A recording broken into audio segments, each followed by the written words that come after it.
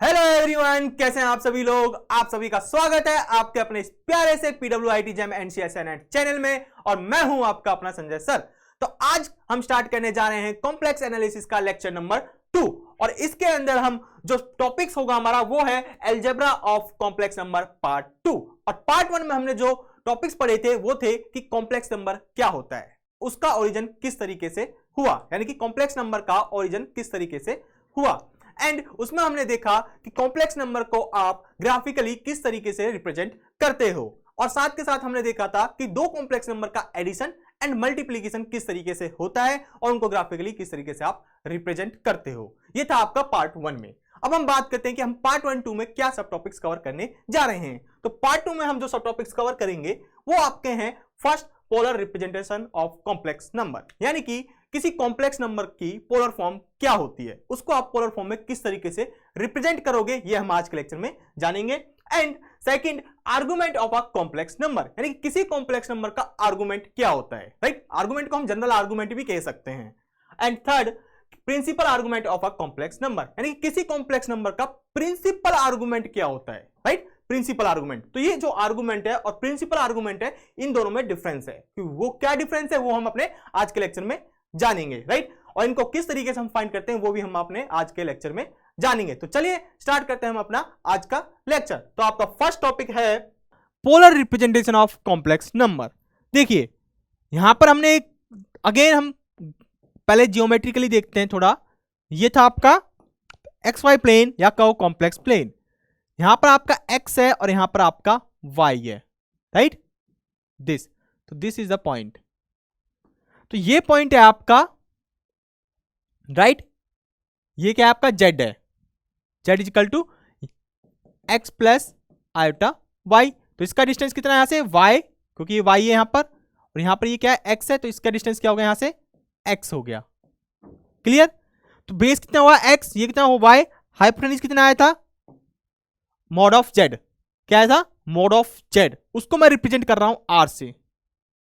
किससे रिप्रेजेंट कर रहा हूं मैं, r से। मॉड ऑफ z का मतलब है यहां पर r, इसको मैंने लिया है r डिस्टेंस, ठीक है। तो r का मतलब क्लियर है यहां से कि r इजकल टू क्या है यहां से मॉड ऑफ z है, और मॉड ऑफ z का मतलब आपके पास क्या है x square plus Y square. हमने देखा था, अगर यहां से देखोगे तो यहां से क्या निकल के आएगा square root x square plus Y square, जिसको हमने क्या लिखा था मॉड ऑफ z, इसी को हमने नाम दे दिया r यहां पर। तो r का मतलब क्या है मैग्नीट्यूड ऑफ z, ठीक है। क्लियर है, this is the again magnitude of z।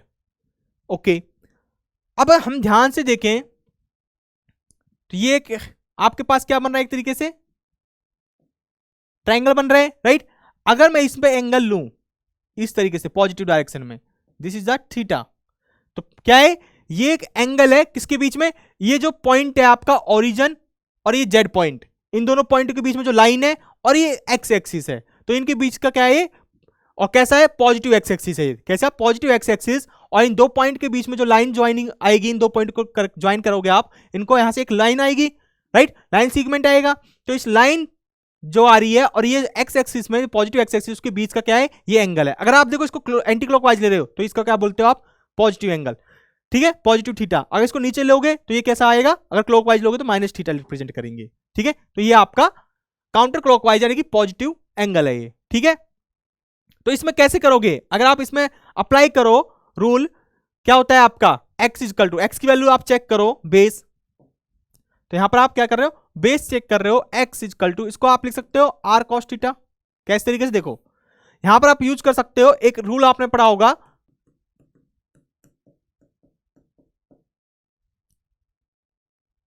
Okay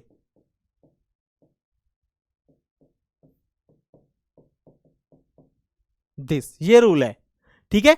ये तो ये मैंने उल्टा लिख दिया था नीचे ये। अब देखो इसमें क्या होता था, ये आपका होता था यहां पर परपेंडिकुलर अपॉन हाइपोटेन्यूज, ये क्या बनता था आपका साइन थीटा, दिस क्या बनता था आपका साइन थीटा। और ये आपका बेस अपॉन हाइपोटेन्यूज, ये क्या बनता था आपका कॉस थीटा, और ये बनता था आपका tan theta, perpendicular upon base tan theta बनता था, ठीक है। अब यहीं से आप देखो तो आप देखो परपेंडिकुलर यहां पर क्या है y, राइट। एंड यहां पर क्या है, हाइपोटेन्यूज क्या है, आर। तो अगर इससे देखूं मैं, या पहले इससे देखता हूं, बेस क्या है यहां पर, एक्स, राइट, और हाइपोटेन्यूज क्या है, आर इज इक्वल टू किसका आएगा, कॉस थीटा के, ठीक है। एंड यहां से क्या है, परपेंडिकुलर कितना है, वाई, एंड यहां से हाइपोटेन्यूज कितना है, r, this is equal to sine theta. इस रूल से आ जाएगा, क्लियर। ओके, सबको याद होगा ये।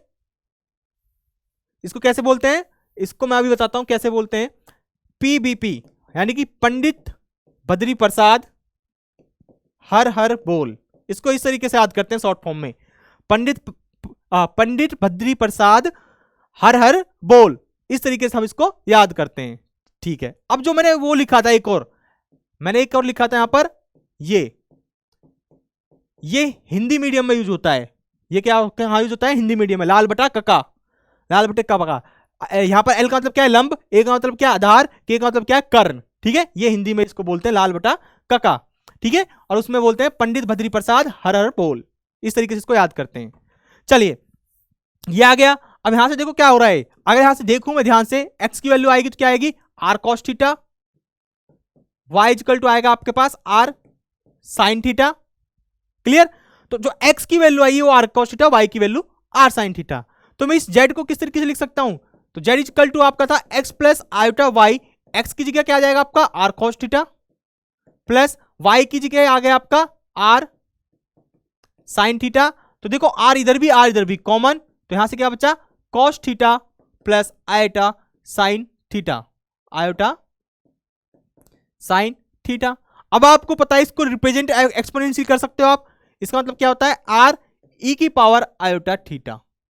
इसका मतलब क्या होता है, देखो सिस, इसको हम शॉर्ट में बोलते हैं सिस, इसको शॉर्ट में क्या बोलते हैं, सिस। इसका मतलब होता है cos theta plus iota sine theta, और इसको हम लिखते हैं ई की पावर आयोटा थीटा, राइट। ये एक्सपोनेंशियली इसको इस तरीके से रिप्रेजेंट करते हैं, ठीक है। चलिए, ये क्लियर, इसको ग्राफिकली है, और यही आपकी क्या कहलाती है, polar form.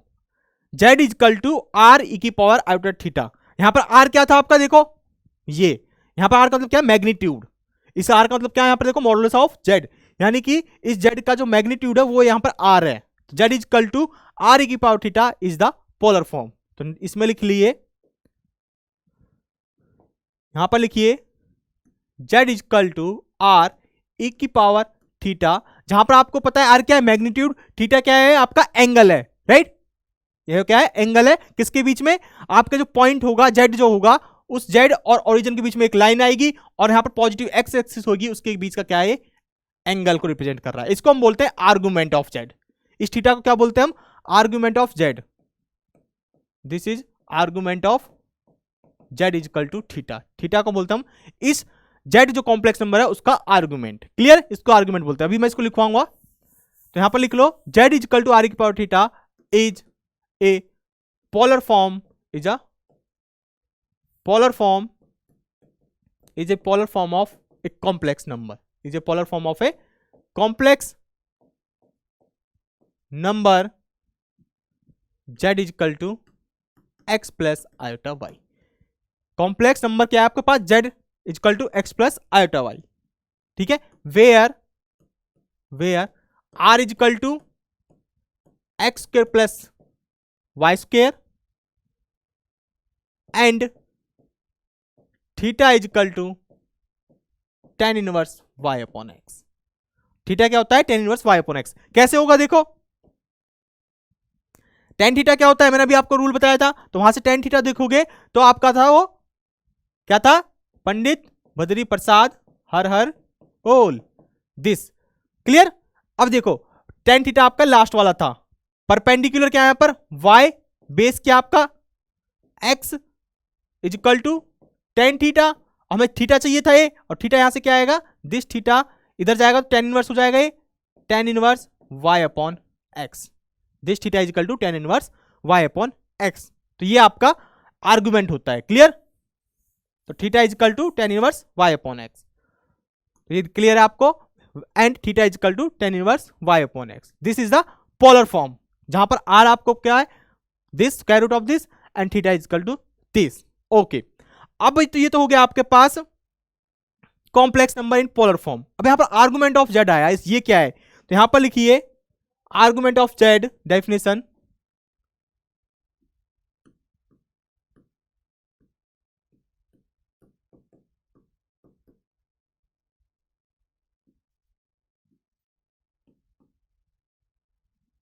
Argument of Z. ये क्या कह रहा है, आर्गुमेंट ऑफ जेड, इसको हम डिनोट करते हैं स्मॉल आर जेड, इस तरीके से डिनोट करते हैं हम इसको, ठीक है, रिप्रेजेंटेशन। ये क्या होता है, देखो वैसे तो अगर ज्योमेट्रिकली देखें तो क्या है, ये आपके पास एंगल है किसके बीच का, जो पॉइंट जेड है उसका और ओरिजिन से जो लाइन ज्वाइन होगी, उस लाइन ज्वाइनिंग का, उस लाइन का विद द एक्स एक्सिस के साथ, किसके साथ, विद द एक्स एक्सिस के साथ जो पॉजिटिव एंगल होता है उसको हम बोलते हैं argument of Z. Clear, okay, this is the argument of Z. ये क्लियर आपको ग्राफिकली। अब इसको मैथमेटिकली लिखेंगे तो कैसे लिखेंगे, देखिए मैथमेटिकली इसका मतलब है एनी वैल्यू ऑफ थीटा, इसको हम कह सकते हैं एक तरीके से, ठीक है, वो थीटा था वहां पर, वो थीटा को मैं रिप्रेजेंट कर रहा हूं, यहां पर आर्ग ऑफ जेड को डिफाइन कर रहा हूं मैं कि ये आर्गुमेंट ऑफ जेड क्या है, ठीक है, any value of theta, any value of theta which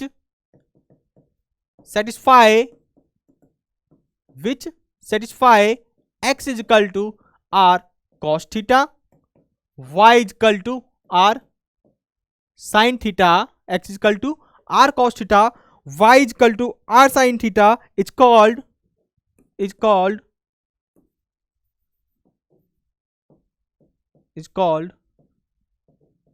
argument of z.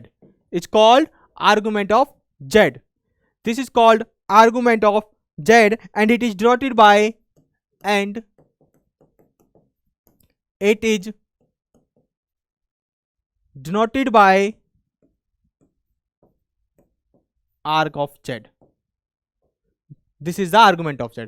देखो थीटा क्या था, आपको पता है थीटा क्या है, वो एक एंगल है किसके बीच में, कि जेड और जो ओरिजिन है उसके बीच में जो एक लाइन ज्वाइनिंग होगी, यानी कि उनके पॉइंट के बीच में एक लाइन आएगी, और with the positive x axis के साथ जो एंगल बना रहा है पॉजिटिवली, यानी कि एंटी क्लॉकवाइज डायरेक्शन में, वो आपका थीटा होता है।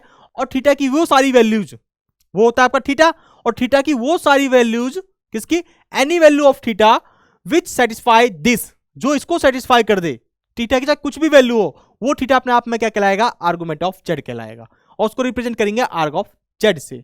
This is the argument of Z, ये डेफिनेशन है। क्लियर, डेफिनेशन आप सबको क्लियर है ना। चलिए अब देखिए, ये तो क्लियर आपको आर्गुमेंट डेफिनेशन है, क्या थीटा की कोई यूनिक वैल्यू होगी जो इसको रिप्रेजेंट करेगा, x equal to r cos theta, y equal to r sine theta, अगर x इसके इक्वल है y इसके इक्वल है, क्या ये यूनिक होगा, नहीं, यूनिक नहीं होगा। तो आप यहां से लिख सकते हो कि जो आपका आर्गुमेंट ऑफ जेड है वो need not to be unique, right, या कह सकते हो इज नॉट यूनिक। तो नेक्स्ट लिखिए, पॉइंट में लिख के, argument of Z is not unique, is not unique, यानी कि जो यहां पर डेट इज, अगर यूनिक नहीं है तो फिर क्या होगा, अगर यूनिक नहीं है तो क्या होगा, दिस इज इक्वल टू जो थीटा है उसमें plus 2n pi, n belongs to integer. कैसे इसको क्लेम करते हैं, ये कैसे ट्रू होगा, राइट, इसका प्रूफ देखते हैं। ये आपका क्लेम है, इसका प्रूफ देखो। z की पोलर फॉर्म क्या है, r e की power iota theta, r e की power iota theta, polar form of complex number this, right, इसको मैं लिख सकता हूं क्या, z is equal to r e की पावर आयोटा थीटा, इसको मैं लिख सकता हूं e की पावर 2n पाई। कैसे, देखो क्योंकि मुझे पता है, इसको मैं लिख सकता हूं e की पावर आयोटा थीटा 2n पाई, आयोटा 2n पाई, ठीक है, आयोटा 2n पाई।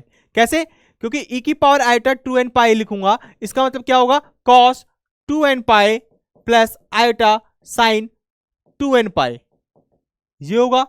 अब मुझे पता cos 2n पाई, n की वैल्यू क्या है, इंटीजर से, तो इनकी ये क्या रहेगा, हमेशा cos 0 हो जाता है, ये 0 हो जाता है, और यहां क्या होगा, हमेशा 1 होता है, cos 2n पाई हमेशा 1 होता है, एंड sin 2n पाई हमेशा क्या होगा, 0 होगा, तो इसकी वैल्यू क्या आएगी, हमेशा 1 आएगी। तो मैं इसको लिख सकता हूं, बिल्कुल क्या करा मैंने, मैं 1 से मल्टीप्लाई करा इसको, तो इसका मतलब क्या है, this is equal to r e की पावर आयोटा, अब ये ऐड हो जाएंगे, यहां से क्या आएगा, थीटा प्लस 2n पाई, यानी कि अगर थीटा इसको सेटिस्फाई कर रहा है और थीटा में आप 2n पाई ऐड कर दो तो वो भी इसको जेड को सेटिस्फाई करेगा, यानी कि जेड का ही रिप्रेजेंटेशन है। तो इसका मतलब क्या हुआ, यहां पर जेड क्या है कि आपका x plus iota y, right. तो इसको आप लिख सकते हो दिस इज इक्वल टू, इसका मतलब क्या होता है, ओके आर, इसका मतलब है cos theta plus 2n pi plus iota sine 2n theta plus 2n pi, theta plus 2n pi this, clear. तो यहां से क्या है, जेड इक्वल टू क्या, यहां से एक्स प्लस आयोटा वाई, यानी कि x equal to r cos theta plus 2n pi, y यहां से क्या है, कंपेयर करोगे तो r equal to sine theta plus 2n pi. तो इसके लिए भी ट्रू है, राइट। हर एक इसको यानी कि एक्स को आप किस तरीके से रिप्रेजेंट कर पा रहे हैं, ये। तो इसका मतलब क्या है, this is equal to r cos theta, starting में क्या था z, z is equal to r power theta, तो इसका मतलब यहां से क्या था, r into cos theta plus r sine theta, तो ये किसके इक्वल था, r cos theta, this equal to r sine theta. यानी कि थीटा में अगर आप 2n पाई ऐड करो तब भी ये क्या है, इक्वल है, तब भी ये क्या आएगा, x equal to r cos theta, clear. तो इसका मतलब ये था, इसको लिखो मत चाहे, ठीक है, आप यहां छोड़ दो। तो ये भी क्या है, इसका मतलब 1, इसका मतलब ये, यानी कि हर एक कॉम्प्लेक्स नंबर को इसकी फॉर्म में भी ले सकते हो, यानी कि यहां पर सेटिस्फाई करेगा x equal to r cos theta y, x equal to r cos theta and y equal to r sine theta. अगर ट्रू है वो किसके लिए ट्रू है, उस आर्गुमेंट ऑफ जेड के लिए यहां पर थीटा प्लस 2n पाई है। तो ये क्या बन गया आपका आर्गुमेंट ऑफ जेड। तो आर्गुमेंट जेड क्या होता है, आर्गुमेंट जेड वो होता है कि आपका जो इस कंडीशन को सेटिस्फाई करे, x equal to r cos theta and y equal to r sine theta, ठीक है। अगर इस थीटा की जगह आप रिप्लेस करो, राइट, थीटा की जगह क्या रिप्लेस करो, देखो ये थीटा अंडरस्टूड अपने आप में, इसको हम क्या बोलेंगे अभी, प्रिंसिपल है, इसको मैं एक बता रहा हूं अभी आपको, प्रिंसिपल आर्गुमेंट। तो ये थीटा और ये थीटा में फर्क है, ठीक है। अगर इस थीटा में 2n पाई ऐड कर दो तब भी यही चीज आ रही है, क्योंकि होता क्या है जनरली, देखो ग्राफिकली देखे तो हो क्या रहा है, ग्राफिकली देखें तो हो क्या रहा है, ये आपका जेड है, राइट, 2n पाई कह रहा है, यानी कि पूरा एक राउंड कह रहा है, n इक्वल टू 0 तो एक भी राउंड नहीं, n इक्वल टू 1 हुआ तो पूरा एक 2 पाई का राउंड हुआ, तो कहां आ गया, यहीं पर आ गया, एक तरीके से इधर ही आ गया। अगर n इक्वल टू 2 हो जाएगा तो क्या हो रहा है, एक और राउंड, राइट, ये डबल राउंड होकर यहीं पर आ रहा है। तो आ तो यही पॉइंट रहा है ना, लेंथ तो इतनी रहेगी, राइट। अगर थीटा में प्लस 2n पाई करोगे आएगा तो हमेशा वही इसी नंबर को रिप्रेजेंट करेगा, किस नंबर को रिप्रेजेंट करेगा, हमेशा इसी नंबर को रिप्रेजेंट करेगा, इसलिए यहां पर ये ट्रू हो रहा है, क्लियर, ओके। अब ये तो क्लियर है कि राउंड से हो रहा है। अब यहां पर देखो एक वर्ड यूज आता है, तो फिर इस थीटा को हम यहां पर एक तरीके से क्या कह सकते हैं, किस तरीके से हम इसको लिख सकते हैं, तो यहां पर आता है एक वर्ड प्रिंसिपल आर्ग्यूमेंट। तो प्रिंसिपल आर्ग्यूमेंट हेडिंग डालिए, प्रिंसिपल आर्ग्यूमेंट,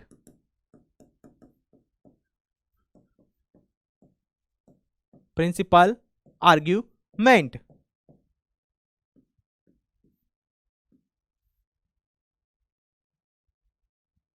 देखिए क्या होता है, यानी कि अगर हमें पास देखो प्रिंसिपल आर्गुमेंट हमेशा यहां पर जो डिफाइन होगा, आर्गुमेंट भी जो डिफाइन होगा वो हमेशा नॉन जीरो के लिए डिफाइन होगा, राइट। अगर आपको जेड जीरो हो गया, जो ये आर्गुमेंट्स बात करें, हम थीटा बात कर रहे हैं, हमेशा किसी नॉन जीरो नंबर के लिए होगा, क्योंकि अगर मान चलो जेड जीरो हो गया आपका, तो यहां पर क्या आएगा, इस उधर देखो तो यही पॉइंट हो जाएगा, क्या एंगल बन पाएगा, नहीं।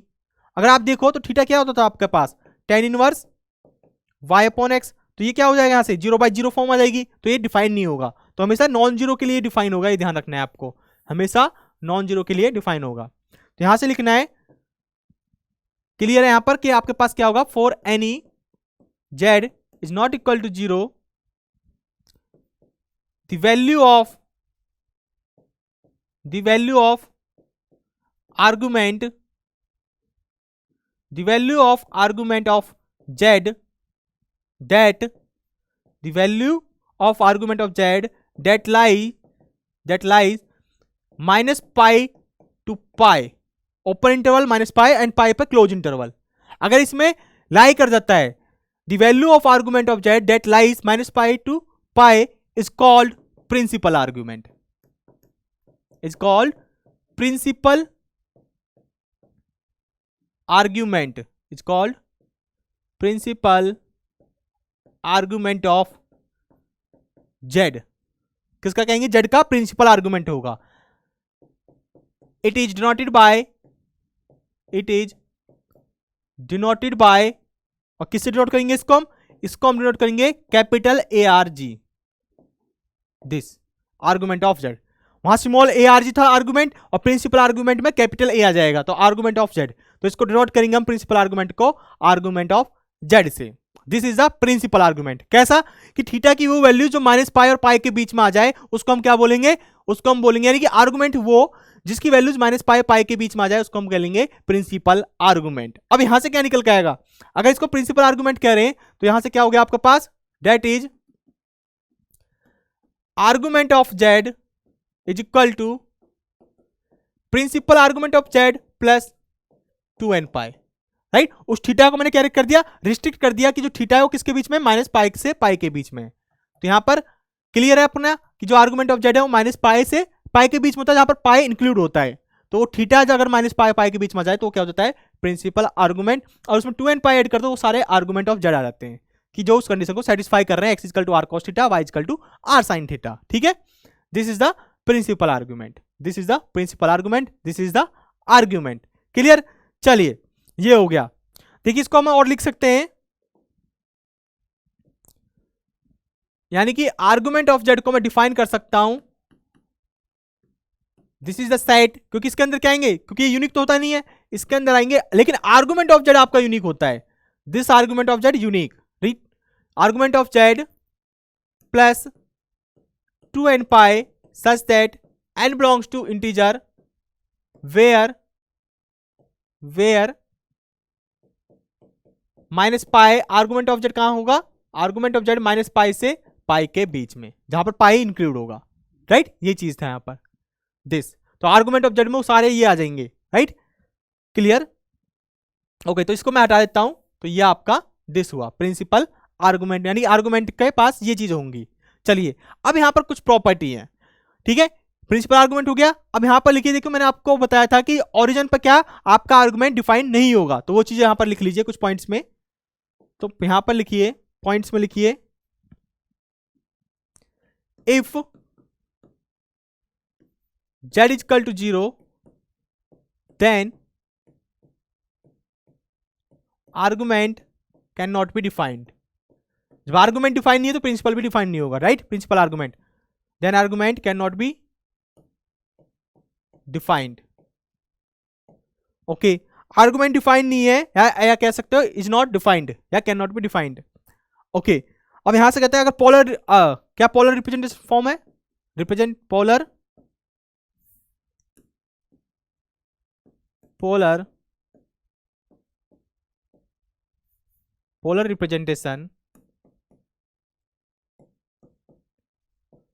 Representation of z at 0, polar representation of z यानी कि कॉम्प्लेक्स नंबर का पोलर रिप्रेजेंटेशन किस पर, 0 पर, वो भी डिफाइन नहीं होगा, क्योंकि जब आर्गुमेंट ही डिफाइन नहीं है तो क्योंकि इसमें थीटा की जरूरत पड़ती है, तो वहां से थीटा ही निकल कर आएगा, तो पोलर फॉर्म भी नहीं रिप्रेजेंट कर सकते आप।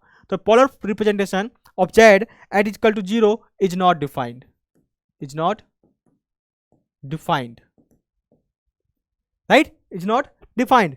नेक्स्ट पॉइंट लिखिए आप, two complex number, two complex numbers are equal, two complex numbers are equal if and only if their principal argument, if and only if their principal argument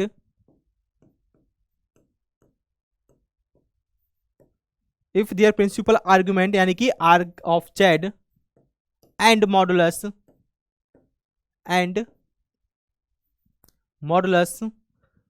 are same,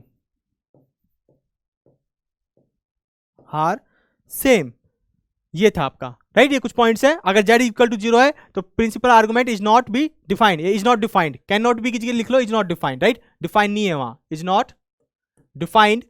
and polar representation of z at 0 वो भी define नहीं होगी, क्यों नहीं होगी? क्योंकि argument define नहीं है। तो two complex number are equal if and only if, देखो पोलर फॉर्म में कब इक्वल होंगे? पोलर फॉर्म में तभी इक्वल हो सकते हैं दो कॉम्प्लेक्स नंबर कि अगर उनका आर्गुमेंट बराबर हो। कैसा argument? Principal argument, and modulus are same.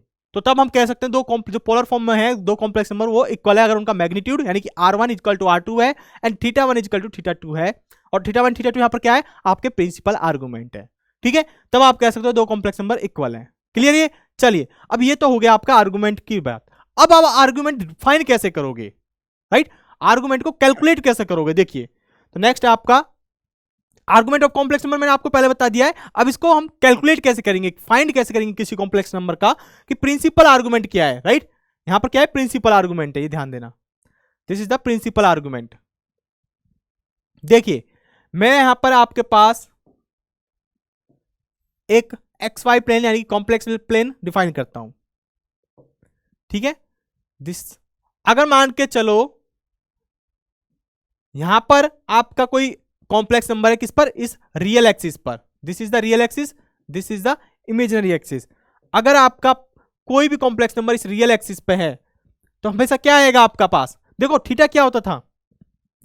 Theta is equal to tan inverse y upon x। ठीक है, ये है। मैं इस थीटा को एक थीटा ना लेके मैं ले लेता हूं alpha. Alpha is equal to ले लेता हूं मैं tan inverse y upon x का मॉडुलस। ठीक है, अल्फा क्या ले लिया मैंने? tan inverse equal to modulus of y of x। अब देखो यहां पर x क्या है? यहां पर x एक्सिस यानी कि रियल एक्सिस पे क्या होता है? इमेजिनरी पार्ट जीरो होता है, यानी कि इस x एक्सिस पर y क्या होगा? जीरो होगा। तो इमेजिनरी पार्ट जीरो होगा तो क्या निकल के आएगा? tan इनवर्स y जीरो हुआ तो जीरो, और tan zero, tan inverse zero कब होता है? ये जब होता है tan इनवर्स जीरो होता है tan पाए और tan जीरो पे ही। राइट, tan जीरो पे ही। तो tan इनवर्स tan, ये इनवर्स है, ये tan है, तो जीरो। राइट, तो अल्फा क्या निकल के आ रहा है आपके पास?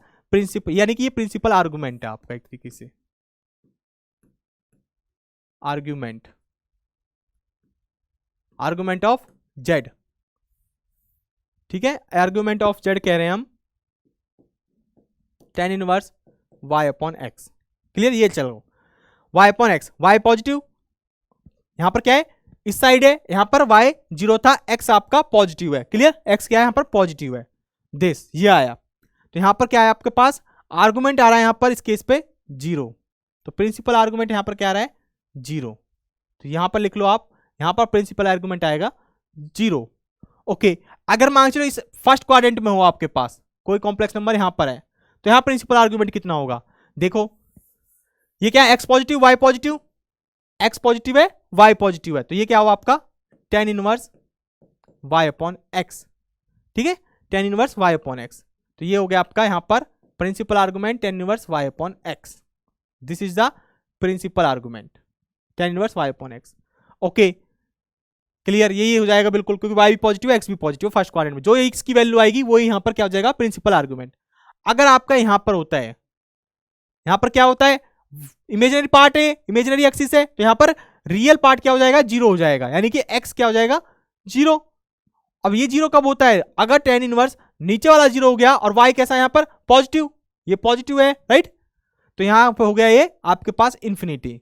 और tan इंफिनिटी कब होता है? पाई बाय 2 पर, तो tan पाई बाय 2। तो tan inverse tan inverse cancel, यहां से क्या बचा आपके पास? Pi by 2। तो एंगल कितने? यहां से प्रिंसिपल जो आर्गुमेंट आएगा वो क्या आएगा? यहां से पाई बाय 2। क्लियर? अगर इस सेकंड क्वाड्रेंट में हो, कहीं भी हो सेकंड क्वाड्रेंट में, राइट, तो आपके पास क्या आएगा? देखो सेकंड क्वाड्रेंट में क्या आएगा? देखो अगर यहां पर है तो tan इनवर्स, राइट, y यहां पर कैसा है? पॉजिटिव है, लेकिन x कैसा हो गया? नेगेटिव हो गया। x कैसा हो गया?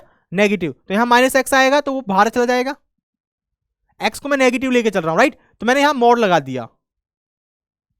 राइट, यहां मैंने क्या लगा दिया? मॉडुलस लगा दिया एक तरीके से। आप ये कह सकते हो कि y यहां पर पॉजिटिव है, x आपका क्या है? नेगेटिव है, तो ये अपने x में जो नेगेटिव है मैंने कॉमन ले लिया, तो ये x कैसा बन गया? आपका पॉजिटिव बन गया, इसलिए मैंने मॉड लगा दिया। मॉडुलस का मतलब ये पॉजिटिव क्वांटिटी, ये पॉजिटिव क्वांटिटी। लेकिन कौन से क्वाड्रेंट में? ये सेकंड क्वाड्रेंट में, याद रखना है। जब सेकंड क्वाड्रेंट में तो आपका क्या होगा? tan inverse y upon x का मॉडुलस, जो भी y अपॉन x z में आपका उसका मॉडुलस लेना है आपको। ठीक है, तो यहां भी आप मॉडुलस ले सकते हो इस सब में। तो यहां पर आपका इसको डिफाइन कर सकते हो, दिस इज इक्वल टू, अगर मैं मॉडुलस ले रहा हूं तो tan inverse y upon x. इसका मतलब ये वाई और एक्स कैसे हैं, पॉजिटिव क्वांटिटी है, ताकि कंफ्यूजन ना हो प्लस माइनस में। यहां पर क्या है, ये वाई और एक्स था, एक्स नेगेटिव क्वांटिटी थी, तो यहां पर मैंने माइनस से वो आएगा, क्योंकि यहां पर क्या होता है, sine inverse, cos inverse, tan inverse हो जाता है, राइट। तो इस केस में जो क्या आएगा, कॉस तो हमेशा पॉजिटिव रहता है, लेकिन साइन नेगेटिव होगा तो नेगेटिव आ जाएगा, इसलिए मैंने यहां पर मॉड्यूलस ले लिया। तो आपको ध्यान रखना है, this is the tan inverse modulus of y upon x, कैसा, माइनस का, राइट।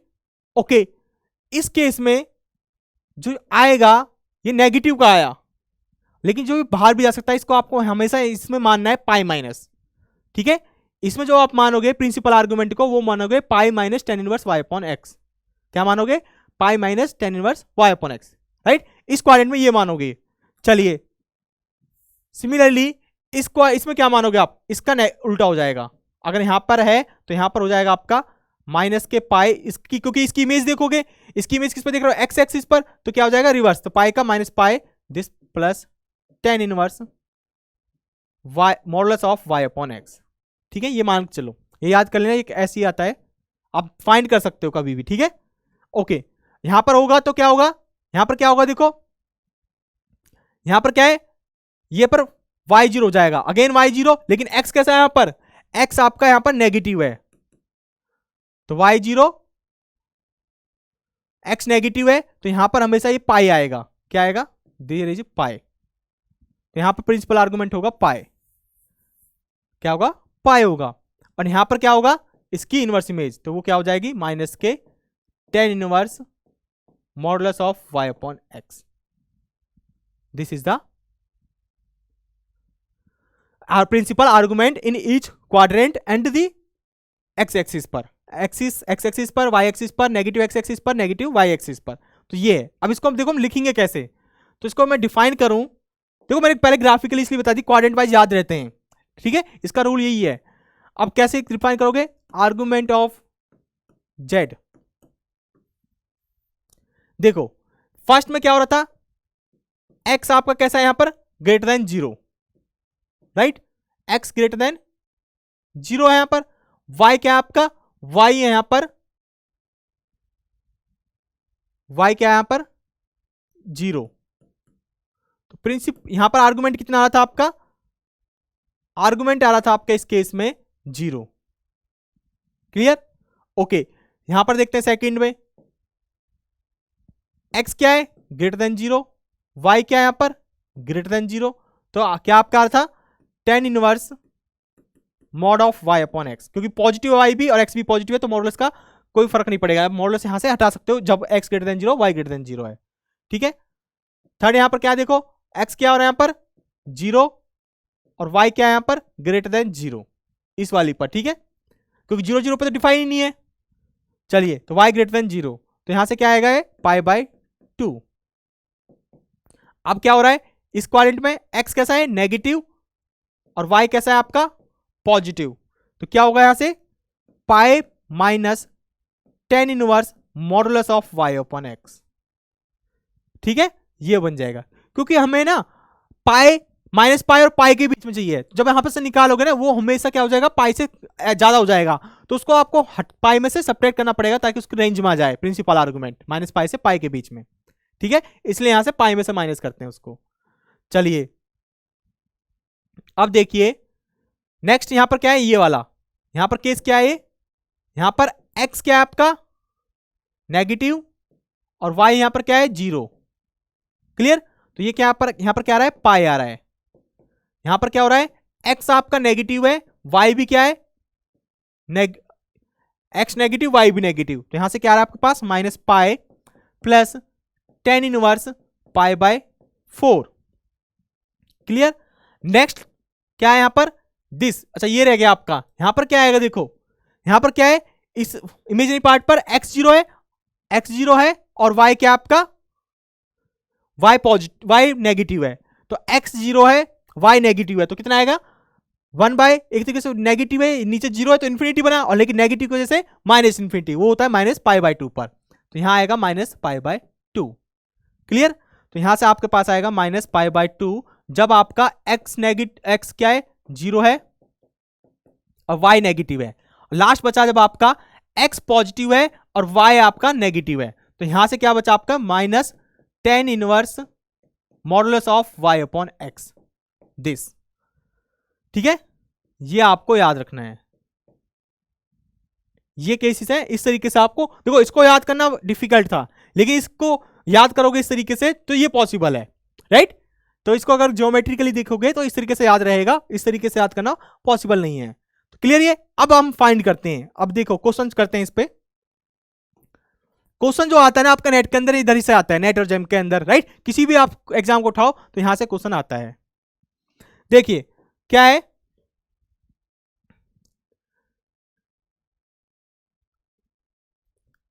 क्वेश्चन लेते हैं हम। हमेशा जो क्वेश्चन बनेगा आपके पास यहां से आर्गुमेंट के ऊपर बनता है। किसी भी इंट्रेंस एग्जाम में उठा के देखोगे तो कॉम्प्लेक्स नंबर अगर सिलेबस में है तो वहां से आपके पास आर्गुमेंट पे क्वेश्चन बनता है। ओके, अगर मैं क्वेश्चन दूं, क्वेश्चन नंबर 1 और कह रहा हूं आर्गुमेंट ऑफ 3 का आर्गुमेंट बताना है आपको। किसका आर्गुमेंट बताना है? 3 का, या कहो 3 नहीं, आर्गुमेंट ऑफ 1 बताओ, राइट। आर्गुमेंट ऑफ 1 क्या होगा? देखो आर्गुमेंट ऑफ 1 यानी कि हमसे क्या पूछ रहा है, आर्गुमेंट ऑफ, तो इजीली आप फाइंड कर सकते हो अगर आपको कंसेप्ट पता है। 1 प्लस 0 आएगा, इसको हम लिख सकते हैं 1 क्या है, इसका मतलब क्या है 1 प्लस 0 आएगा। तो ये क्या है एक्स एक्सिस, ये क्या है आपका वाई एक्सिस, यानी कि ये real part, imaginary part. Imaginary part क्या हो रहा है यहाँ पर, 0 हो रहा है। और ये 0 कहां पर होता है, अगर देखो एक तरीके से y 0 कहां पर होता है, यहां पर होता है। This is the positive x axis यानी कि पॉजिटिव रियल पार्ट। ठीक है, यहां पर क्या होता है y 0 होता है और x कैसा गिवन है, पॉजिटिव, x इक्वल टू 1 है, ये पॉजिटिव। यहां पर क्या होता है, हमेशा 0 होता है। तो यहां पर आपका प्रिंसिपल आर्गुमेंट आएगा 0।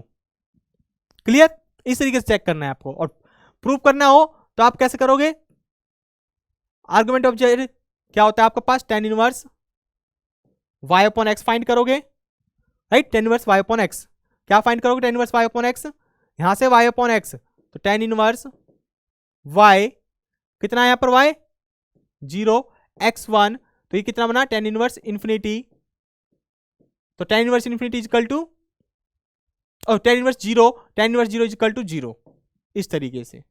क्लियर, ग्राफिकली देखो इजीली फाइंड कर लोगे। Second, argument of 1 plus iota, इसका बताओ यहां पर क्या हो रहा है, राइट। यहां पर देखो इसका आर्गुमेंट कैसे चेक करते हो आप, यानी कि आपका एक तरीके से आर्गुमेंट चेक करने का ten inverse y upon x क्या है। ठीक है, ten inverse y upon X, तो टेन इनवर्स y यहां पर कितना है, मॉडुलस लगा रख लो और देख लो कौन से क्वाड्रेंट में है। देखो मैंने मॉडुलस लिखवाया और देखना है कौन से क्वाड्रेंट में है। x यहां पर क्या है, पॉजिटिव, y क्या है, पॉजिटिव, x भी पॉजिटिव, y भी पॉजिटिव, तो ये कौन से में, फर्स्ट क्वाड्रेंट में है। तो टेक यहां पर क्या हो जाएगा आपका आर्गुमेंट, यही रहेगा, राइट। यहां पर क्या है आपके पास, y कितना है, y आपके पास है 1, x आपके पास 1 है, तो 1 आ गया, तो यहां से आएगा टेन इनवर्स 10 पाई बाय 4, तो यहां से आपके पास आया pi by 4। This is always the principal argument. देख सकते हो ये माइनस पाई और पाई के बीच में है। क्लियर, चलिए third, argument of 3 minus, argument of 1 minus root 3 iota ले लेते हैं। Argument of 1 minus root 3 iota, चलिए इसका बताना है। देखो x कैसा है, पॉजिटिव, y कैसा है, नेगेटिव। तो ये कब होता है x पॉजिटिव y नेगेटिव, कौन से क्वाड्रेंट में होता है, x पॉजिटिव है y नेगेटिव है, तो ये फोर्थ क्वाड्रेंट में होता है। किस में होता है, फोर्थ क्वाड्रेंट में। यहां पर x पॉजिटिव होता है और y नेगेटिव होता है। फोर्थ क्वाड्रेंट में मैंने आपको फॉर्मूला बताया था, क्या होता है, माइनस के ten inverse modulus of y upon x. देखो मॉडुलस मैंने लिया क्यों, क्योंकि मैंने यहाँ माइनस पहले से ले लिया था। अगर आप माइनस नहीं लेते, देखो अगर आप मॉडुलस नहीं लोगे यहाँ पर, तो आपको ये साइन लिखने की जरूरत नहीं है, तो आपको साइन लिखने की जरूरत नहीं है। Ten inverse y upon x आपका यहाँ पर प्रिंसिपल होगा। बस ये किसके रेंज में आना चाहिए, ये आपका फर्स्ट एंड सेकंड क्वाड्रेंट के अंदर आना चाहिए, सॉरी माइनस पाई से और पाई के बीच में आना चाहिए। तो tan inverse y upon X, तो यहां से क्या हो जाएगा, टेन इनवर्स y कितना है, रूट 3 माइनस के, और x यहां पर 1 है, राइट। तो ये माइनस का बाहर आ जाएगा, क्या आ जाएगा माइनस का बाहर, तो यहां से क्या बचेगा √3/1। क्लियर। और मैं मॉडुलस लेता और माइनस बाहर लिख देता तब भी तो ये आता। क्लियर। तो इस तरीके से मैंने इसको डिफाइन कर रखा है। तो यहां पर आपके पास आया माइनस √3 कब होता है आपके पास π/3 यानी कि 60 पर, तो यहां से क्या आएगा आपके पास माइनस के π/3। This is the principal argument जो कि आपका -π और पाई के बीच में है, माइनस के π/3। इजीली चेक कर सकते हो आप। क्लियर। तो इस तरीके से आपको एक प्रॉपर्टी यूज करनी है। आपसे कुछ भी नंबर दे, बस आपको देखना है कि कौन से क्वाड्रेंट में है, और आपको सिर्फ प्रिंसिपल आर्गुमेंट क्या लिखना है, tan इनवर्स। यहां पर ध्यान देना है आपको, हमेशा मॉडुलस लेना है और इसको देखना है कि कौन से क्वाड्रेंट में आ रहा है। This is the principal argument होगा कि कौन से क्वाड्रेंट में, अगर इसमें है तो ये, अगर सेकंड में होगा तो पाई में से माइनस हो जाएगा, तो ये आपका प्रिंसिपल आर्गुमेंट बनेगा। इधर होगा तो ये माइनस का पाई प्लस हो जाएगा, राइट। इधर होगा तो tan इनवर्स माइनस के tan inverse mod of y/x हो जाएगा, अगर ये फोर्थ क्वाड्रेंट में है, राइट।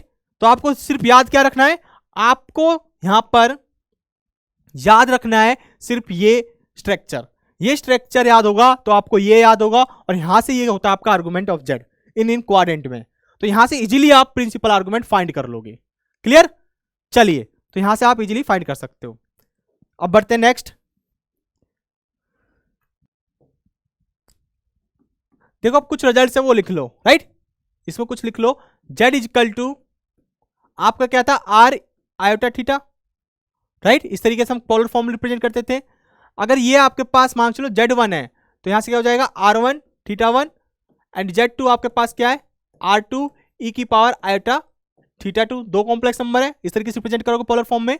तो यहां से आपके पास z1 इंटू z2 क्या होगा, तो क्या होगा, यहां से मल्टीप्लाई करेंगे तो r1 इंटू r2 e की पावर आयोटा θ1 प्लस θ2, राइट। यही प्रॉपर्टी होती है, अगर देखो तो इनको मल्टीप्लाई करो तो, और वैसे भी चेक करोगे तो यही आएगा, राइट। z1 की वैल्यू पुट करो, z2 की वैल्यू पुट करो। कैसे, आप इसको इस तरीके से लिख सकते हो, r cos theta plus iota sine theta.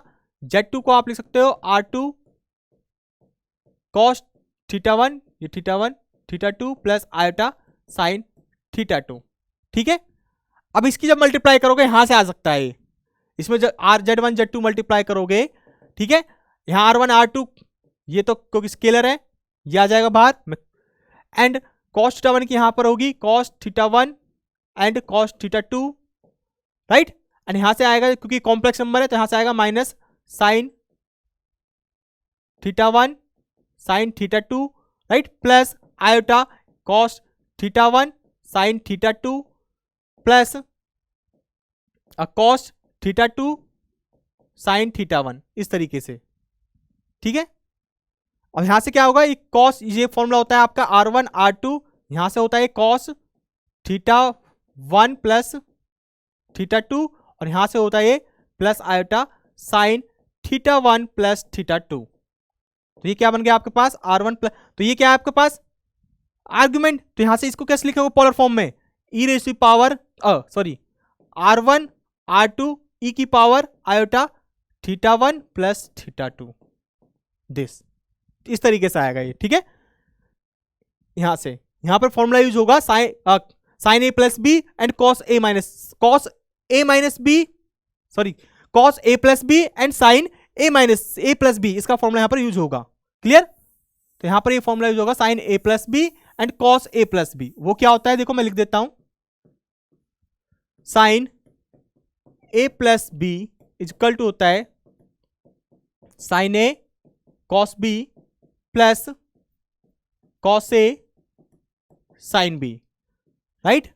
cos a plus b क्या होता है, वो होता है आपके पास cos a cos b minus sine a sine b, this is the formula. तो ये फॉर्मूला यहां पर यूज होंगे। ठीक है, ये आएगा, एंड एक रिजल्ट यहां से आएगा आपके पास z1 इंटू z2 हो गया। नेक्स्ट आएगा आपके पास z2 का inverse,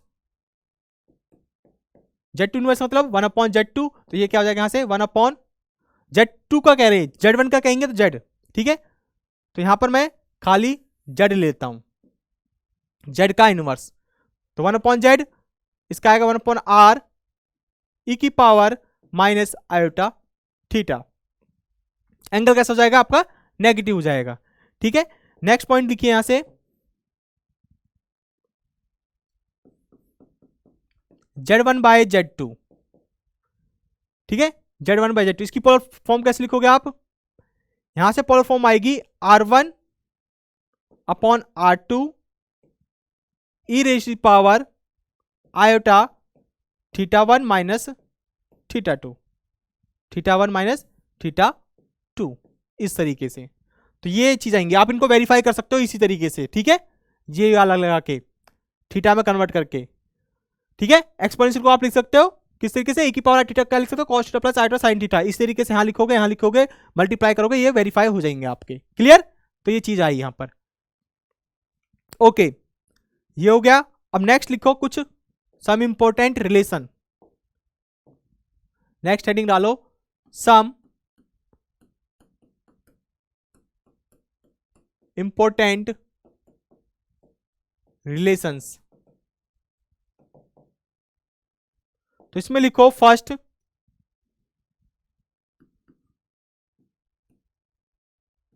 argument of Z1 argument of Z2 is equal to argument of Z1 into Z2। Right, ये क्या होगा, ये इक्वल होंगे, लेकिन इक्वल का मतलब यहां पर क्या है, इनका जो डिफरेंस होगा वो मॉड ऑफ 2 पाई होगा। देखो इसका मतलब क्या है, वैसे बुक में ये लिखा रहता है, लेकिन इसका मतलब क्या होता है कि जो आर्गुमेंट ऑफ Z1 है और आर्गुमेंट ऑफ Z2 उनको जब ऐड करोगे और Z1 इंटू Z2 जब आप मल्टीप्लाई करोगे उसका आर्गुमेंट निकालोगे और इन दोनों का डिफरेंस देखोगे, वो हमेशा किससे डिवाइड होगा, 2 पाई से डिवाइड होगा। हमेशा किससे डिवाइड होगा, 2 पाई से डिवाइड होगा, यानी कि इनके डिफरेंस जो होगा वो हमेशा मल्टीपल होगा किसका, 2 पाई का। राइट, वो ये चीज लिखता नहीं कि मॉडल्स ऑफ 2 पाई, वो सिर्फ इतना लिखता है और उसका मतलब यहां पर बुक में लिखा होता है किसका मतलब क्या है, इन दोनों का जो डिफरेंस है वो 2 पाई से डिविजिबल होता है। क्लियर, तो ये आप यहां पर मॉड 2 पाई लिख के लगना चलना, ताकि आपको अंडरस्टैंड हो कि जो इनका डिफरेंस है वो क्या है। इक्वल का मतलब यहां पर क्या है कि उसका जो डिफरेंस आएगा वो किससे डिविजिबल है, 2 पाई से डिविजिबल है। ठीक है, ये आप लिख के चलना है यहां से। ओके, सेकंड लिखो यहां से, सेकंड आर्गुमेंट ऑफ Z की power n is equal to n times argument of Z mod of 2 pi. Right, इसका भी मतलब क्या है, देखो इक्वल भी हो सकता है, अगर यहां पर 2 पाई से डिविजिबल है तो 0 भी तो हो सकता है, इनका डिफरेंस जो आर्गुमेंट होगा वो क्या होगा, 0 आ जाएगा, और 0 किससे 2 पाई से डिविजिबल है, बिल्कुल है। ठीक है, इस तरीके से इक्वल भी हो सकता है, और डिफरेंस कितना होगा, 2 पाई से मल्टीपल होगा, यानी कि 2 पाई से डिविजिबल होगा, कुल मिला के ये 2 पाई का मल्टीपल। ओके, तो ये हो गया, तो इसको आप कैसे लिख सकते हो, n times argument of Z। ठीक है, जो आर्गुमेंट ऑफ Z की पावर n का होगा वो n times argument of Z होगा, एक तरीके से। राइट, ओके, थर्ड यहां पर लिखो आर्गुमेंट ऑफ Z की power 1/n argument of Z, difference वही सेम, मॉड ऑफ 2 पाई। लेकिन यहां पर ध्यान देना है, आपके पास n क्या नहीं होना चाहिए, n जो है आपका कहां बिलोंग करेगा, इंटीजर -0, n 0 नहीं होना चाहिए बस। क्लियर, एंड फोर्थ लिखो यहां से, fourth argument of Z inverse is equal to -k argument of Z mod 2 pi. Fifth लिखो यहां से argument of Z bar is equal to argument of Z, argument of Z, ये भी यहां से क्या आएगा, मॉड और 2 पाई। जहां भी मैं मॉड 2 पाई लिख रहा हूं उसका मतलब क्या है कि इन दोनों का जो डिफरेंस आएगा आर्गुमेंट का वो किससे, 2 पाई से डिविजिबल होगा। ये ध्यान देना, इक्वल हो सकता है, बिल्कुल होगा, इक्वल के साथ साथ वो क्या होगा, उनका डिफरेंस जो भी आएगा इक्वल तो किसी किसी केस में हो सकता है। राइट, जब यहां पर क्या होगा, किसी किसी केस में हो सकता है, उसके अलावा यहां पर एक्स्ट्रा क्वालिटी है। राइट, एक्स्ट्रा यहां पर क्या है कि इनका जो डिफरेंस होगा 2 पाई से डिविजिबल होगा। ठीक है, यहां पर इक्वल का मतलब ये नहीं कि बिल्कुल इक्वल होगा। ठीक है, ओके, ये ध्यान देना है बस। कैसे, देखो कैसे मैं आपको एक बार बताता हूं, अगर हम मान के चलो आपको पता है दिस, क्लियर, अगर मान के चलो मैं एक लेता हूं यहां पर, ये ले लेता हूं, ठीक है, मैंने यहां पर एक ये Z लिया, ये मैंने मान के चलो Z1 ले लिया, क्लियर। और मैंने Z2 ले लिया, बिल्कुल ये वाला मेरा Z2 हो गया। यहां से यहाँ का एंगल कितना है 90 डिग्री, कितना है 90 डिग्री। और यहां से यहां तक कितना है मान चलो 120 डिग्री, या फिर ओके ये लेते हैं 180 हो जाएगा यहां से। तो यहां से नहीं, इसको लेते हैं, this is Z1 and this is Z2। Z1 यहां पर ये क्या है 120 है, और ये कितना है यहां से यहां तक 150 है, राइट। दोनों को ऐड करा कितना आया 270 आया, दोनों को ऐड करने पे कितना आ रहा है 270। अब Z1 Z2 क्या होगा, देखो Z1 Z2 कितना होगा, इन सब 270 कहां पर आता है वैसे, 270 यहां पर आएगा, ये पूरा घूम के इस पे आ जाएगा, जब यहां इस पे आ जाएगा, जब 270 होगा, क्लियर, ओके ये होगा। अब देखो क्या ये 270 तो आ गया, यहां पर भी 270 है एक तरीके से घूम के। यहां पर एक तरीके से प्रिंसिपल आर्गुमेंट क्या होता है, अगर प्रिंसिपल आर्गुमेंट के पॉइंट ऑफ व्यू से देखें तो यहां पर क्या होता है प्रिंसिपल आर्गुमेंट माइनस π/2 यानी कि माइनस के 90। यहां क्या होता है एक तरीके से माइनस 90 होता है, और यहां पर क्या हो रहा है 270। क्या ये इक्वल है, नहीं है, ठीक है, तो ये इक्वल नहीं है, ओके। तो कुछ इस तरीके से है यहां पर ग्राफिकली, लेकिन यहां पर डायरेक्ट आप नहीं कह सकते ये इक्वल होंगे, क्लियर, ओके। नेक्स्ट लिखिए 6 argument of Z1 plus argument of Z2 this is equal to not equal to argument of Z1 Z2, right. ये ले सकते हो, अभी जो मैंने एग्जांपल लिया था इसमें ट्रू है प्रिंसिपल आर्गुमेंट में, उसका एग्जांपल मैं आपको बता दूंगा, ठीक है, ओके। फिलहाल ये लिखो नोट्स, ये सब ट्रू हैं, ये मान चलो। And argument of Z1 minus argument of Z2 is not equal to argument of Z1 by Z2, ये इक्वल नहीं होते, ठीक है। Argument of Z1 Z2 this is not equal to argument of Z1 by Z2, okay, ठीक है, no problem, clear, ये equal नहीं होते। अब कुछ लिखो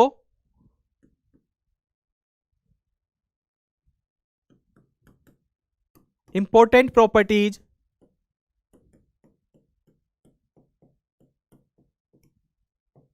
ऑफ मॉडुलस ऑफ Z, यानी मॉडुलस किसी कॉम्प्लेक्स नंबर की जो मॉडुलस होता है उसकी इंपॉर्टेंट प्रॉपर्टीज क्या होती हैं वो लिख लो, ये भी इंपॉर्टेंट है।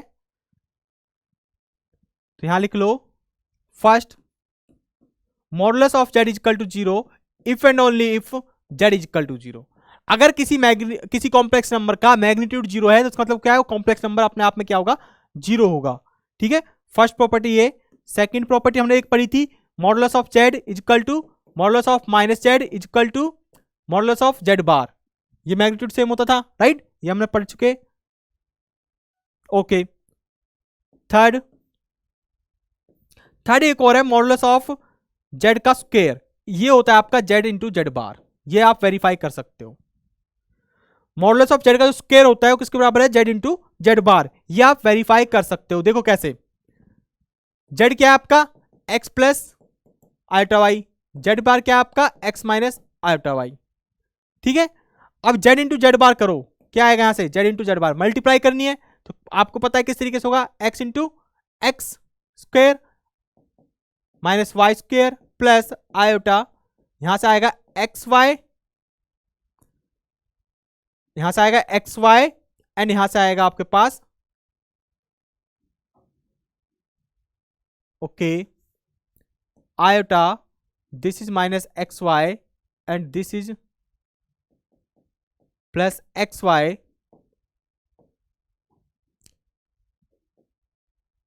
तो यहां से आया ये तो 0 हो गया, कैंसिल आउट होके X square minus Y square, यहां से क्या बचा ये, क्योंकि माइनस का एक्स वाई प्लस का एक्स वाई कैंसिल आउट हो गया, यहां से बचा X square minus Y square. और ये क्या होता है, यही आपका मॉडुलस ऑफ Z का स्क्वायर होता है, क्योंकि मॉडुलस ऑफ Z क्या होता है स्क्वायर रूट, और उसका स्क्वायर करोगे तो ये आ जाता है, तो ये क्या होगा Z into Z bar modulus of Z square, clear है ये, ठीक है। तो इस तरीके से ट्रू होता है। तो इसी तरीके से आप देखो बाकी प्रॉपर्टीज सेटिस्फाई कर सकते हो। सब प्रॉपर्टी सेटिस्फाई हो जाएंगी। ओके, फोर्थ लिखो आप यहां पर, जो रियल पार्ट ऑफ जेड होता है वो हमेशा real part of Z less than equal to modulus of Z होता है। उस तरीके से इमेजिनरी पार्ट ऑफ जेड हमेशा लेस देन इक्वल टू होता है मॉडुलस ऑफ जेड से। क्लियर? मैं आपके लिए यहां से देख सकते हो कि जो आपका मॉड ऑफ जेड का मतलब क्या होता है, x square plus Y square. This real part क्या है, यहां से सिर्फ एक्स है, तो एक्स हमेशा इससे छोटा ही होगा, लेस देन इक्वल टू। कैसे? अगर मान के चलो एक्स यहां पर वाई जीरो हो गया, अगर वाई जीरो हो जाता है तो यहां से क्या आएगा, एक्स, यहां से एक्स निकल के तब तो इक्वल हो गया। अगर इसमें कुछ क्वांटिटी हुई, अगर इसमें कुछ वाई हुआ तो ये हमेशा क्या होगा, ये वाली क्वांटिटी बड़ी होगी, तो यहां से निकल के आता है ये हमेशा कि जो रियल पार्ट ऑफ जेड है वो less than equal to mod of Z, imaginary part भी हमेशा less than equal to mod of Z होगा। क्लियर? ओके, इसमें लिखिए अब next fifth, modulus of Z1 into Z2, ये हमेशा इक्वल होता है modulus of Z1 modulus of Z2। Six लिखिए यहां पर, सिक्स है आपका modulus of Z1 by Z2, this is equal to modulus of Z1 by modulus of Z2। Seventh है आपका modulus of Z1 plus minus modulus of Z2, this is always less than equal to modulus of Z1 plus, देखो यहां plus है तो यहां plus, ये हमेशा plus ही रहेगा, sorry, this is equal to Z2। इसको हम बोलते हैं ट्राइंगल इनइक्वालिटी। क्या बोलते हैं इसको? Triangle inequality, triangle inequality, this is the triangle inequality. ठीक है। एट्थ है आपका mod of Z1 plus minus mod of Z2 का square, this is equal to mod of Z1 square mod of Z2 square plus minus two times real part of Z bar. This देखो यहां पर Z1 plus minus, अगर plus है तो यहां plus आएगा, यहां माइनस है तो माइनस आएगा, तो इस तरीके से a plus B whole square वाला फॉर्मूला नहीं लगेगा, a प्लस बी का होल स्क्वायर, यहां पर लगेगा मॉड ऑफ Z1 का square plus mod of Z2 का स्क्वायर। अगर प्लस है तो बीच में प्लस, माइनस तो माइनस, और क्या है जो Z इंटू जेड बार का जो मल्टीप्लीकेशन आएगा उसका जो रियल पार्ट होगा वो यहां पर मल्टीप्लाई में होगा। क्लियर? ये फॉर्मूला है यहां पर, ये याद रखना, आप इसको वेरीफाई कर सकते हो, राइट। एंड लास्ट है आपके पास mod of Z1 minus mod of Z2, इसका modulus this is less than equal to mod of Z1 plus mod of Z2, and this is always less than equal to mod of Z1 plus mod of Z2, this is always less than equal to mod of Z1 plus mod of Z2। ये आपके पास modulus की property है। Okay, देखो ये clear है आपको, Z zero हुआ तो ये जीरो, यहां से क्या कह रहा हूं, ये भी हमने देखा था, ये भी मैंने आपको वेरीफाई करके दिखा दिया, ये भी मैंने आपको दिखा दिया फोर्थ प्रॉपर्टी। अब फोर्थ फिफ्थ में देखो मॉडुलस ऑफ Z1 Z2 किस तरीके से, आप Z1 मान के चलो, Z1 आप मान के चलो x1 प्लस आयोटा y1, और Z2 मान के चलो आप x2 प्लस आयोटा y2। इसका मैग्नीट्यूड क्या निकलेगा, x1 square plus y1 square, इसका क्या निकलेगा x2 स्क्वायर प्लस y2 का स्क्वायर। ठीक है, ये होगा, अलग अलग निकाला, मल्टीप्लाई करोगे तो क्या आएगा यहां से। ओके, इधर से नहीं, मत देखो इसको, देखो आप बताओ किससे, इसको आप देखो पोलर फॉर्म से, यहां से आपके पास रिजल्ट निकल के आएगा r1 e की पावर आयोटा थीटा 1, Z2 आप लो r2 e की पावर आयोटा थीटा 2। इससे चेक करो इसको, ये सारी प्रॉपर्टीज इससे चेक हो जाएंगी आपकी। देखो Z1 इंटू Z2 क्या होता है, ये हम डिफाइन कर चुके हैं, r1 इंटू r2 e की power iota theta 1 plus theta 2, ये होता है। मॉड ऑफ Z1 यहां पर क्या है r1, मॉड ऑफ Z2 कितना है r2, राइट, और मॉड ऑफ Z1 Z2 यहां से क्या आएगा r1 इंटू r2, और r1 क्या आपका मॉड ऑफ Z1, r2 क्या है mod of Z2, this is equal to, यहां से आ गया। क्लियर? इसी तरीके से इसमें Z1 ये है r1 e की पावर थीटा, Z2 आपका r1 e की पावर थीटा 2 है, यहां पुट करो देखो तो आपसे यहां से सेम आएगा, जो मैग्नीट्यूड आएगा यहां से सेम निकल के आएगा। क्लियर? अपॉन में जब करोगे तो जब यहां से अपॉन में करोगे तो Z1 अपॉन Z2 क्या आएगा? R1 e की पावर आयोटा थीटा 1, यहां से R2 e की पावर आयोटा थीटा 2, तो R1 अपॉन R2 ये क्या था आपका e की power iota theta 1 minus theta 2। ठीक है, यहां पर देखो क्या है, मॉडुलस लोगे तो क्या आएगा यहां से इसका magnitude R1 upon R2, R1 क्या है मॉडुलस ऑफ Z1, R2 क्या है मॉडुलस ऑफ Z2। ठीक है, इधर से आ गया। तो ये सब चीजें ट्रू है। सिमिलरली ये आप देख सकते हो, राइट? दो कॉम्प्लेक्स नंबर लो, ये हमेशा less than equal to mod of Z1 Z2 है। ट्राइंगल इनइक्वालिटी किस तरीके से, एक तरीके से ये ट्राइंगल इनइक्वालिटी क्यों कह रहे हैं, मान चलो ये एक वर्टेक्स से Z1 और एक तरीके से Z2 है, राइट? हमें पता है ट्राइंगल में जो दो वर्टेक्स होते हैं उनका जो सम होता है वो हमेशा क्या होता है, वो जो सम होगा वो हमेशा तीसरी साइड से क्या होता है, ग्रेटर देन होता है। तीसरी साइड से, अगर तीसरी साइड जो भी है उससे हमेशा क्या होता है, वर्टेक्स, अच्छा वर्टेक्स से हम नहीं कह सकते, डिस्टेंस कह सकते हैं, राइट? तो यहां से हमेशा ये इसी से निकल के आता है, राइट? डिस्टेंस निकालोगे, इसको वेक्टर फॉर्म में कन्वर्ट करोगे तो इससे आता है, और ये ट्रू है।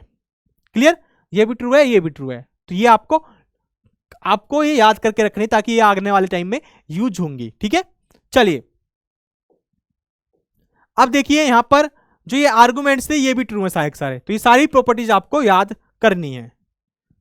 ओके, तो ये था आपका आज का लेक्चर। देखो हमने इसमें जाना कि पोलर रिप्रेजेंटेशन किस तरीके से होती है, राइट? आर्गुमेंट क्या होता है एंड प्रिंसिपल आर्गुमेंट क्या होता है, और इनको हम किस तरीके से फाइंड करते हैं, और कुछ इंपॉर्टेंट रिजल्ट्स भी हमने देखे थे। तो इनको अच्छे से रिवाइज करना, अपने खुद के नोट्स बनाना, और आपको ये अच्छे से दिमाग में बैठ जाएंगे, यानी कि आपको अच्छे से समझ में आ जाएंगे। तो चलिए यहीं समाप्त करते हैं हम अपने आज के लेक्चर को। फिजिक्स वाला के साथ पढ़ते रहिए और आगे बढ़ते रहिए। Thank you.